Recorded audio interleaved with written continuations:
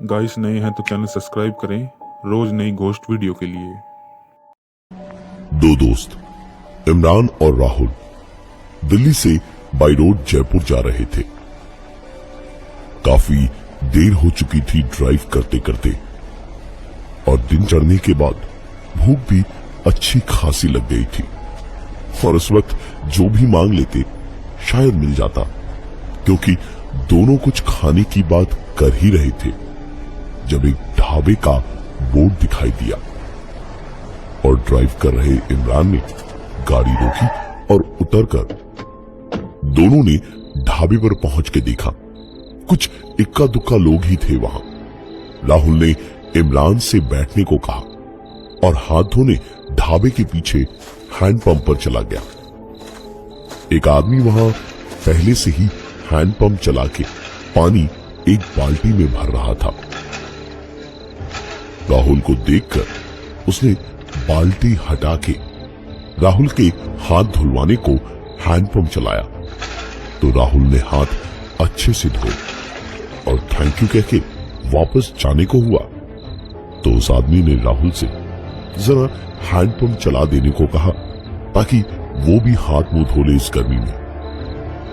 राहुल हंसी खुशी राजी हो गया, लेकिन हैंडपंप का लीवर उठा तो उसने लिया, पर बदन की पूरी ताकत लगाकर भी उसे नीचे धकेल कर पानी न निकाल पाया।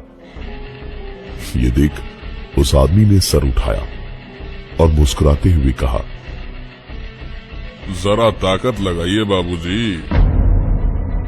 अब तो बात इज्जत की थी।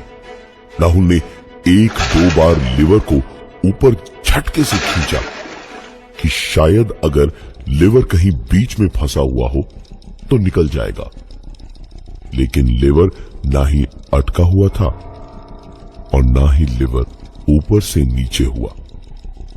बैठा हुआ वो आदमी अब खड़ा हुआ और अपनी मुस्कुराहट को हल्की सी बेइज्जत करने वाली हंसी में तब्दील करते हुए उसने कहा, क्या हुआ बाबूजी, आज बाजुओं की ताकत जवाब दे गई क्या? उस दिन तरुण का सर भारी भरकम पत्थर से कुचलते वक्त तो बड़ी ताकत थी, आज दिन नहीं है आपका। राहुल बुरी तरह सकपका गया और किसी अंधेरे में गुम हो गए बच्चे की तरह डरते हुए लड़खड़ाती सी जबान में उसने कहा, क्या बकवास कर रहे हो तुम हो कौन? हा?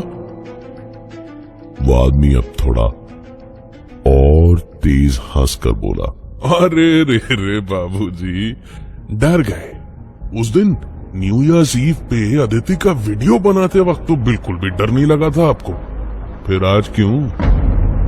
राहुल के लिए शायद इतना ही बहुत था। उसके चेहरे की नसों में बहता खून अपना लाल रंग खोके पीला पड़ गया था। राहुल एक दो कदम पीछे हट के लड़खड़ाया जरूर, लेकिन भागा पूरी जान लगा के, पर उसका लड़खड़ाना जारी ही रहा और नतीजा कुछ दूर तक तो भागा, लेकिन फिर जोर से मुंह के बल धूल खींचता हुआ गिरा और दो पल को झटके और चोट से हल्की सी बेहोशी सी छा गई आंखों के आगे।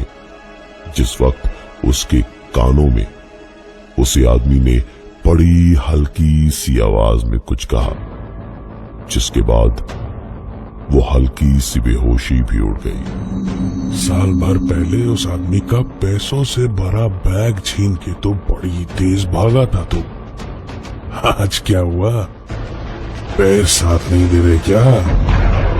राहुल इन सब के बाद वहां से पूरी जान लगाकर वापस इमरान के पास भागा और पहुंचते ही इमरान को हड़बड़ी में वहां से लेकर भागा। इमरान दोस्त तो बहुत अच्छा था राहुल का, लेकिन राहुल के बारे में सच्चाई का इतनी गहराई में उसे पता ही नहीं था।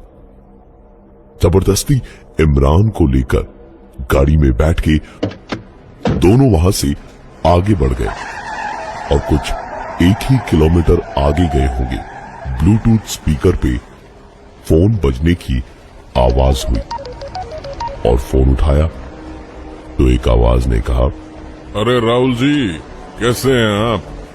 जीपीएस पे आपकी लोकेशन देखी तो सोचा आज आपको अरेस्ट कर ही लिया जाए। इमरान तुरंत राहुल की ओर देखता हुआ उससे गाड़ी रोकने को कहने लगा कि पुलिस पीछे है और जरूर कोई गलतफहमी हुई है। किसी और राहुल के चक्कर में शायद इसको पकड़ने की सोच रहे हैं। बात करने से मामला सुलझ जाएगा। पर राहुल इस वक्त गाड़ी रोकना तो दूर की बात, धीमी तक करने को तैयार नहीं था। राहुल ने गाड़ी की स्पीड बढ़ाई और कुछ आगे जाकर ख्याल आया कि जीपीएस सिस्टम ऑफ करने पर तो कोई दिक्कत नहीं होगी। राहुल ने गाड़ी साइड में लगाकर रोकी और जीपीएस ऑफ करके अपने फोन के इंटरनेट डेटा को ऑफ कर दिया और उसके बाद तकरीबन 2 घंटे लगातार गाड़ी चलाने के बाद उसने गाड़ी 2 मिनट के लिए साइड लगाई कि तभी उसका फोन दोबारा बजा। उठाने पर वही आवाज एक बार फिर से बोली, जीपीएस तो ऑफ करके भी कोई फायदा होना नहीं ना है, लेकिन गाड़ी नहीं रोकनी चाहिए थी। ये आवाज राहुल को बड़ी जानी पहचानी सी लग रही थी, लेकिन इसके बात करने का लहजा बहुत अलग था, जिसकी वजह से पहचानना बड़ा मुश्किल होता जा रहा था। राहुल ने सोच लिया था कि भागना तो है ही, गाड़ी वहां से भगाता हुआ जो सबसे पहला छोटे बजट वाला थोड़ा गंदा होटल दिखा, वहीं ले जाकर उसने गाड़ी रोकी। नंबर प्लेट पर थोड़ी गीली मिट्टी लगा के आधा नंबर छुपाया और सीधे होटल में गए। तो पहले तो रिसेप्शन पर खड़े उस स्टाफ ने कमरा देने से साफ साफ मना कर दिया, ये कहते हुए कि सर ये होटल तो भूतिया होटल है। लेकिन फिर दोनों की जिद के आगे उसकी एक न चली और उसने आखिरकार एक कमरा उन दोनों को दे दिया। कमरे में पहुंचकर दोनों ने सामान रखा और इमरान बाथरूम में फ्रेश होने गया। जब कमरे का लैंडलाइन बजा, राहुल पहले तो थोड़ा घबराया, लेकिन फिर फोन उठा ही लिया। फोन रिसेप्शन से था, जिसने रूम सर्विस से कनेक्ट किया और खाने का ऑर्डर लिया। ढाबे पे भी कुछ खा नहीं पाए थे दोनों, तो खाना फिलहाल ढंग से ऑर्डर किया और इमरान के बाथरूम से बाहर आते आते राहुल फोन रख के बाथरूम जाने ही वाला था जब फोन दोबारा बजा। इस बार राहुल ने पलट के फोन उठाया तो दूसरी तरफ से उसी जानी पहचानी अलग से लहजे वाली आवाज ने कहा, 2 रोटी मेरी भी मंगवा लेना, साथ खाएंगे। बिना राहुल से पूछे कैसे रिसेप्शन से फोन रूम में आया, इसी बात पर इतना गुस्सा उसे आया कि राहुल ने तुरंत फोन रिसेप्शन पर मिलाया और रिसेप्शन पर चीखने चिल्लाने के बाद उस आदमी ने सिर्फ एक बात राहुल से कही, सर मैंने कहा था आपसे, this is a haunted hotel. हमने बिना आपकी परमिशन के कोई फोन ट्रांसफर नहीं किया आपके कमरे में। राहुल ने फोन रखा और इमरान से कहा, इमरान चल भाग यहां से यार, यहां रुकना ठीक नहीं है हम दोनों के लिए। राहुल के कहते कहते ही रूम का लैंडलाइन फिर से बजा और उठाने पर दोबारा वही आवाज आई, 2 मिनट में पहुंच रहा हूं वहां पे, तैयार रहियो। राहुल को परेशानी और टेंशन के मारे आंखों के आगे अंधेरा सा छाने लगता दिखाई दिया। इमरान को ये सब हलचल और भाग दौड़ समझ ही नहीं आ रही थी कि क्यों हो रही है। उसने राहुल से चिढ़ के कहा, तू परेशान क्यों हुआ पड़ा है इतना यार? कोई गलतफहमी है जिसके चक्कर में तू परेशान हुए जा रहा है? बैठ आराम से, खाना खाकर सो जा। लेकिन राहुल को वहां से बस भागना था। राहुल और इमरान की बहसबाजी चल ही रही थी जब उनके कमरे के दरवाजे पर किसी की दस्तक हुई। राहुल वहीं एकदम जड़ होके खड़ा हो गया और डरे डरे इमरान से कहने लगा, इमरान दरवाजा मत खोल भाई, प्लीज दरवाजा मत खोल, वो ले जाएगा मुझे। इमरान दरवाजा मत खोल, वो ले जाएगा मुझे। इमरान दरवाजा मत खोल, इमरान दरवाजा मत खोल, इमरान दरवाजा मत खोल। लेकिन इमरान रुका नहीं, उठकर गया और उसने दरवाजे को खोला तो देखा सामने रूम सर्विस का लड़का ऑर्डर किया हुआ खाना लेकर खड़ा था। राहुल वहां से गुस्से में उठकर निकल के जाने लगा तो इमरान ने उसे समझा बुझा के रोकने की कोशिश की, लेकिन राहुल रुकने को तैयार ही नहीं था। उसके बाद इमरान भी अड़ गया और चिल्लाकर उसने गुस्से में कहा, तुझे जाना है तो जा, पता नहीं किससे और क्यों भाग रहा है। मैं यहीं रहने वाला हूं, तेरे चक्कर में मैं जानवरों की तरह इधर से उधर दौड़ने वाला नहीं हूं। राहुल को इस बात पर और ज्यादा गुस्सा आ गया और वो दंदनाता हुआ कमरे से बाहर निकल गया। होटल के बाहर जाके सीधे उसने गाड़ी के दरवाजे को खोलने की कोशिश की तो देखा कि चाबी तो वहीं ऊपर कमरे में ही छोड़ दी थी। वो वापस ऊपर कमरे तक पहुंचा तो दरवाजा खोलने के पहले ही बाहर से उसने इमरान को किसी से कहते हुए सुना, हाँ सर, मैं इमरान सर, राहुल नीचे गया हुआ है, वहीं पकड़ लीजिएगा उसको। राहुल को अब समझ आया कि पुलिस वाले को पल पल की खबर कहां से मिल रही थी। राहुल के गुस्से का कोई ठिकाना नहीं था इस वक्त। गुस्से में ही उसने जोर से दरवाजे को खोला तो कमरे में इमरान सामने कहीं नहीं दिखा, लेकिन बाथरूम के अंदर से पानी की आवाजें आ रही थी। जरूर खाने के पहले हाथ धोने गया होगा, इसलिए राहुल बाथरूम तक गया और खुले दरवाजे से अंदर झांक कर देखा तो इमरान वहां भी नहीं था।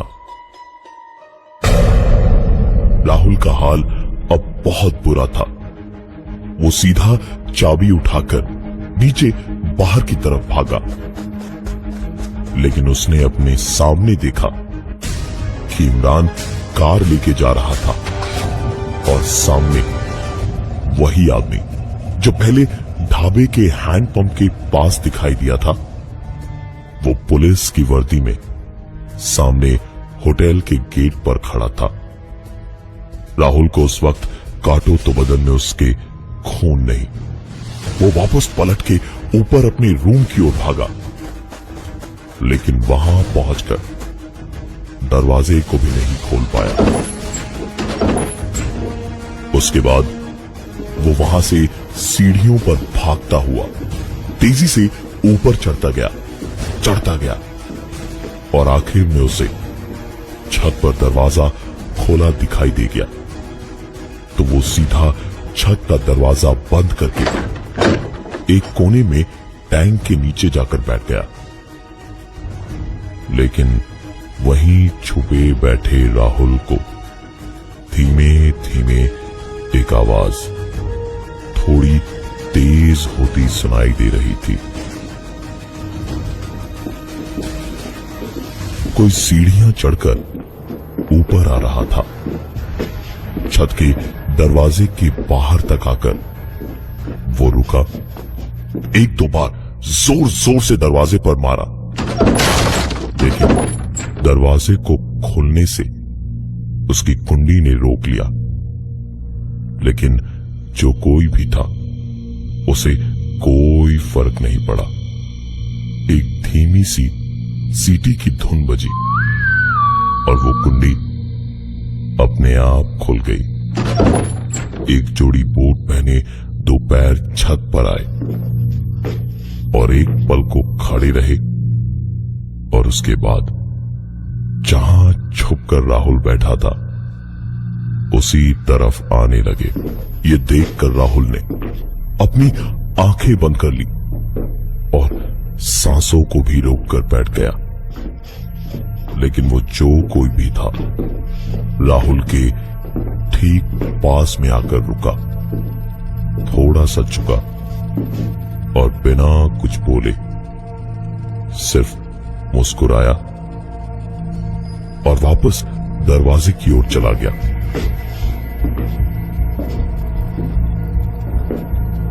ठीक उसी वक्त राहुल को अपने सर के ऊपर से एक आवाज सुनाई दी।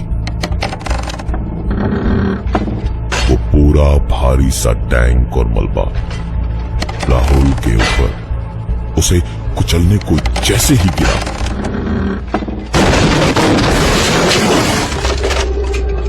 तो वो तड़पता हुआ एक आवाज से अपनी नींद से जागा।